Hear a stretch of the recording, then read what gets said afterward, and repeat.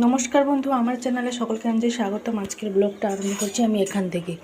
সোনু চলে গেছে পড়তে, আর আমি এদিকে এই যে ভাতটাই বসালাম। মা আজকে বাজার গেছে, আমি আর যাইনি। জলটা এসে গেছে, সব জায়গায় জল ভরে নিয়েছি। ঘর দরে একটু গোছাগুছি করে নিলাম, ভালো লাগছে না সকালবেলা, ওই জন্য মানে ধীরে সুস্থে কাজগুলো করছি। ওই জন্য এই একটু আগে জাস্ট ভাতটা বসালাম। এদিকে যে আয়রন করার জন্য জামা কাপড়গুলো আছে। শুরু আবার আজকে বিকালবেলা ওর পড়া আছে, ইংরাজি পড়া। ইংলিশ স্যারের কাছে আবার যাবে বিকালে। সকালে অঙ্ক স্যার, বিকালে ইংলিশ স্যার। দেখতে দেখতে পরশু দিন স্কুল খুলবে। আজ বুধবার হলো, বৃহস্পতিবার হলো, শুক্রবার স্কুল খুলবে। এদিকে সমস্ত জায়গায় জলগুলো ভরে নিয়েছি।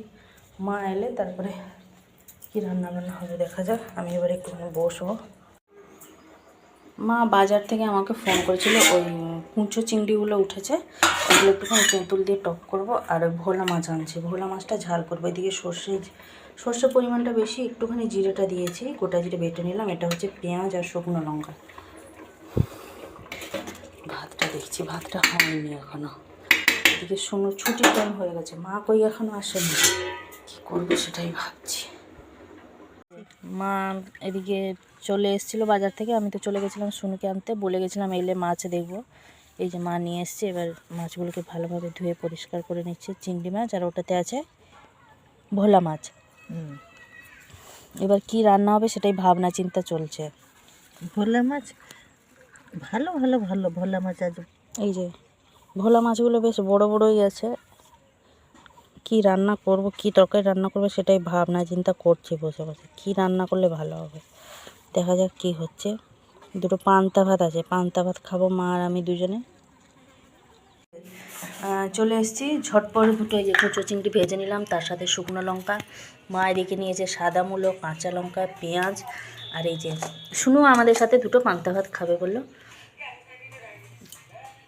আর রস দেবো? ও ছোটোবেলায় বলতো আমাকে আরেকটু রস দাও, আমি আরেকটু রস খাবো পান্তা ভাতের সাথে। এই যে চলুন আগে খেয়ে নিই, তারপরে রান্না বান্না। মশলা যেহেতু বাটা হয়ে গেছে, সেই জন্য আগে খেয়ে নিই, তারপরে রান্না বান্না হবে। প্রচণ্ড পরিমাণে খিদে পেয়ে গেছে। আর এরকম মানে যদি চোখের সামনে যদি ভালো ভালো জিনিস থাকে, অটোমেটিকই মানুষের খিদেটা জায়গাটা দুটোই বেড়ে যায়। চলুন তাহলে আগে খেয়ে নিই, তারপরে খাওয়া দাওয়া কমপ্লিট। এঁঠোটা ঘষে নিলাম এখানে, এবার যাব রান্নাঘরে। মা আবার গেল, সবাই নাকি মাঠে কেচিনি শাক তুলছে, আমাকে বললো দেখি দুটো তুলে নিয়ে আসি, ওই চিংড়ি মাছ দিয়ে রান্না করলে কেমন লাগে। এই জন্য প্রথমে এঁঠো বাসনটা ধুয়ে নিই, তারপরে রান্নাঘরে যাব।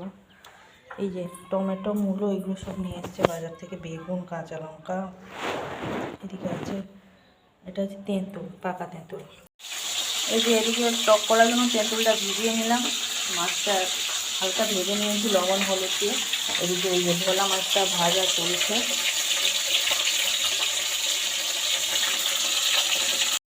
এই যে কতখানি তেঁতুল দিলাম দেখুন, তবু টক হয়নি। চিংড়ি মাছটা তেঁতুলটা বেশি লাগে, এখানে অল্প গোটা রেখেছি ওই চচ্চড়ির জন্য।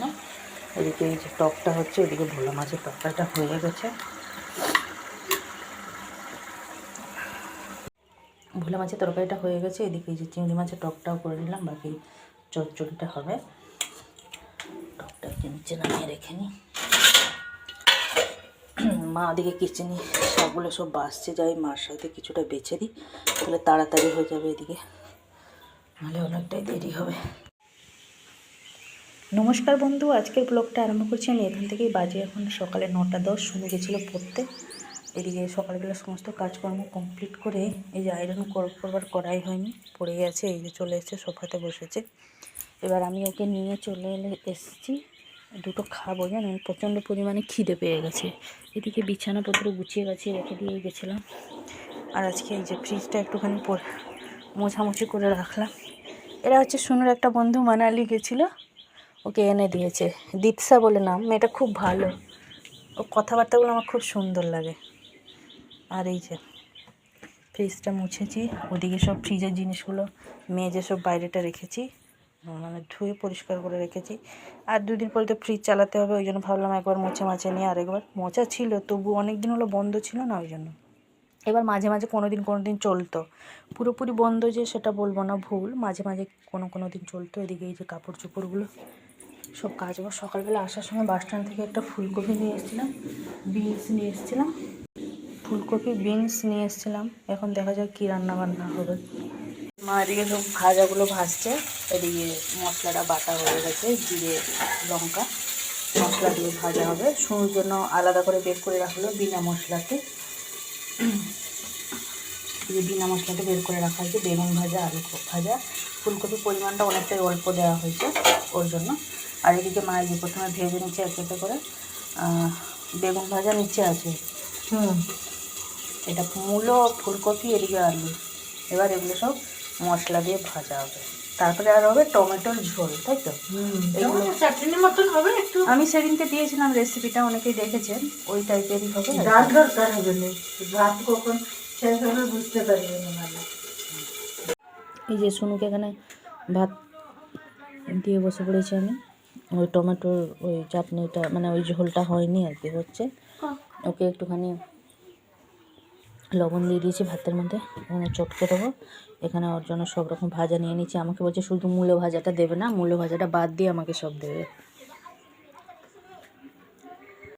এই যে বেজে গেছে 11টা, আমার তো এদিকে কাজ যাওয়া সব কমপ্লিট, রান্নাবান্না হয়ে গেছে, সুনুরও চান হয়ে গেছে।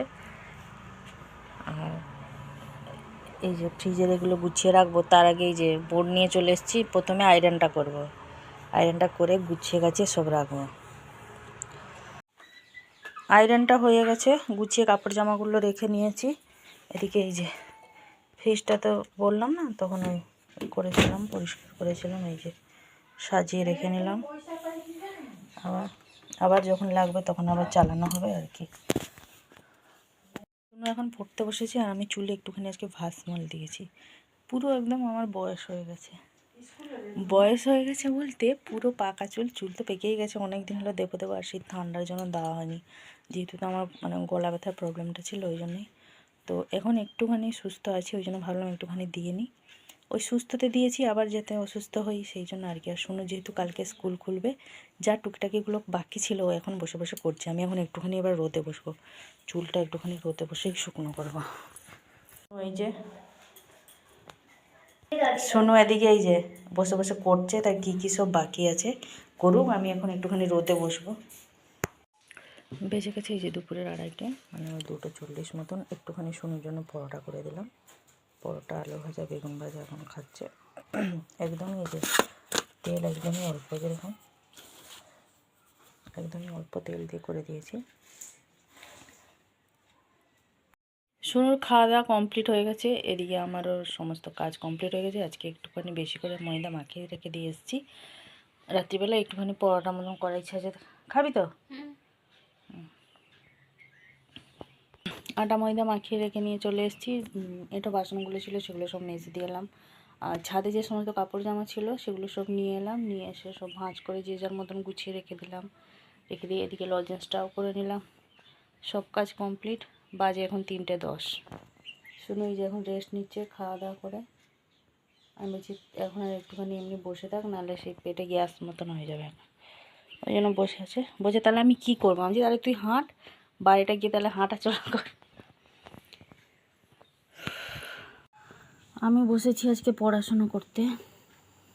রুটি পরোটাটা হয়ে গেছে, বেজে গেছে বিকালের 5টা। শুনুর এদিকে এই যে ভূগোলের ওর একটা কি বাকি ছিল, সেটা এখন দেখে দেখে এইখানটা এই যে করেছি। এগুলো আমার আর ওর মতো না, তো অ্যাকুরেট হবে, যা যেমন হচ্ছে তেমনই করছি। টুরো স্কেল ভ্যান রাইট এখানে অনেক বছর পর পড়াশোনা করতে বসেছি। এমনি ওকে পড়াই আলাদা, কিন্তু আজকে আমি নিজেই পড়াশোনা করতে বসেছি। কোথায় সেটা আমিও তো খুঁজছি, নেই মনে হয় নাকি? অবশ্য থাকবে, আমিও মাঝে মাঝে খুঁজে পাই না।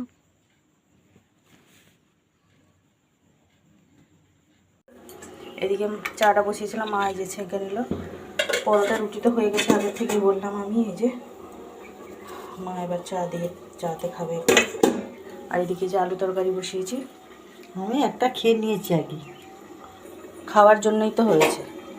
রুটি পরোটা হয়ে গেছিলো, ওদিকে ঘর দোর ঝাঁট দিয়ে বোতলে সব জল ভরলাম, চলে এলাম রান্নাঘরে। আলু তরকারিটা বসিয়ে রেখে দিয়েই গেছিলাম। দেখি একটুখানি দেখে নিই আলু তরকারিটা, তারপরে সন্ধে দেবো। এই তো সন্ধে নেমে নেমে আসছে। সেইটা খুব সুন্দর, হ্যাঁ ওই জন্য একটা টমেটো দিয়ে দিয়েছিলাম। টমেটো একটা দিলে কি সুন্দর লাগে আলু তরকারিটা। দেখা যাক, একটু লবণ টেস্ট করে নিই। হয়ে গেছে আলু তরকারি। সবার শেষে একটুখানি ধনেপাতা কুচি দিয়ে দিলাম। মানে অনেকক্ষণ থেকে ভেবেই রেখেছিলাম। শুনো ওদিকে বলছে আমার খিদে পেয়ে গেছে, ওকে জিজ্ঞেস করি খাবে কি না। আলু তরকারি দিয়ে মুড়ি খাবে নাকি পরোটা দিয়ে খাবে, দেখা যাক, না রুটি দিয়ে খাবে, এখনও কোনো ঠিক নেই। এই যে চলে এলাম ঘরে। সন্ধে দেওয়ার আগে শুনুকে একবার জিজ্ঞেস করে নি ও কী খাবে। ওই এদিকে দেখা, পরোটা আলু তরকারি খাবি নাকি রুটি আলু তরকারি খাবি নাকি মুড়ি আলু তরকারি খাবি? হ্যাঁ আমি মুড়ি খাই। আলু তরকারি করেছি তো, খাবি নি? আলু তরকারি হুম, যেরকম করো। হ্যাঁ ওর হ্যাঁ, যেরকম তাহলে করেছি ওরকম, যেরকম করলি আমি ওরকমই করেছি। তুমি তাহলে খাবে? খাবো, হ্যাঁ। আচ্ছা তাহলে ও খাবে, নাহলে ও মুড়ি খায় না। আলু তরকারি না করলে মুড়ি খায় না ও। মানে মুড়িটা খায় কি বলুন তো, আলু তরকারি একদম দিয়ে দিলে হবে না, একটুখানি শক্ত শক্ত করে মাখিয়ে দেবো, তাই তো? হুম। মানে বেশি ওই যে আলু তরকারি যে মানে ঝোলটা ওটা বেশি দিলে হবে না, শুধু আলু দিয়ে একদম একটু যেরকম আলু সিদ্ধ মুড়ি মাখানো একদম শুকনো শুকনো করে মাখিয়ে দিলে ব্যাস। ওনার ওটা খুব পছন্দ, মানে আমার শুনুর ওটা খুব পছন্দ, আমার শুনু মাটা। কালকে আমার মার স্কুল খুলে যাবে, কালকে বেচারা সারা দিন পড়া। হাত থেকে ধনেপাতা গন্ধ আসছে। সকালে স্যারের কাছে একটা পড়া আছে, মানে কাল 3টে স্যারের কাছে পড়া আছে। বিকালে 4:30টায় ছুটি, 5টা 15 থেকে 7টা 15 হচ্ছে ম্যাথট্রিক্স ক্লাস, আবার 7:30 থেকে 9:45 আবার একটা পড়া, তাই তো মা? কালকে আমার মাটা কেমন হয়ে যাবে একদম। এই যে এদিকে সোনুকে আমি মুড়িটা চটকে দিয়ে দিয়েছি। বাবা সোনু আমার আজকে হাতে খাচ্ছে গো। সোনু মনে হয় আজকে তার মুডটা ভালো আছে, ওই জন্য হাতে খেয়ে নিচ্ছে, তাই তো? তো যাই হোক, আজকের ভিডিওটা বেশি বড় করছি না, আজকে আমার ব্লগটা এই পর্যন্তই। আবার দেখা হচ্ছে আপনাদের সাথে আগামীকাল আরেকটি নতুন ব্লগ নিয়ে। ভালো থাকবেন সবাই, সুস্থ থাকবেন। ভিডিওটি ভালো লাগলে লাইক দেবেন। টাটা।